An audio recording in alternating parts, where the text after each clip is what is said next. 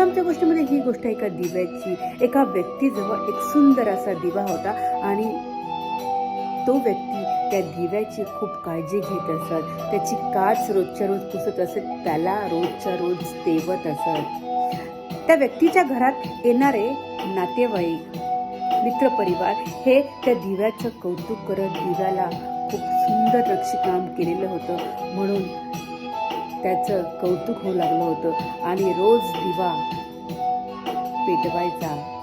त्यामुळे त्या दिव्याला गर्व चढलं होतं आणि त्या गर्वामुळे त्या दिव्याने त्या व्यक्तीला सांगितलं की माझा प्रकाश खूप पडतोय तुझ्या खोलीत, आता मला बाहेर जाऊ दे, मी बाहेर सुद्धा असाच प्रकाश देत राहील. त्या व्यक्तीला कळतं की या दिव्याला गर्व चढलाय आणि त्या व्यक्तीने त्या दिव्याला बाहेर ठेवलं. त्या सूर्यप्रकाशात जेव्हा त्या दिव्याला ठेवलं आणि एक हवेचा झोका आला आणि हवेच्या झोक्यामुळे ते दिवा खाली पडला आणि तो फुटला.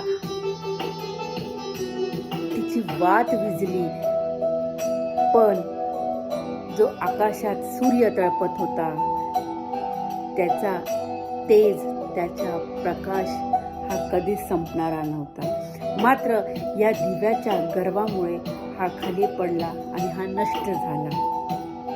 गर्वाचं घर कधी पण खाली असतं, गर्व कधीच करू नये, त्याच्यामुळे आपलं नुकसान होतं.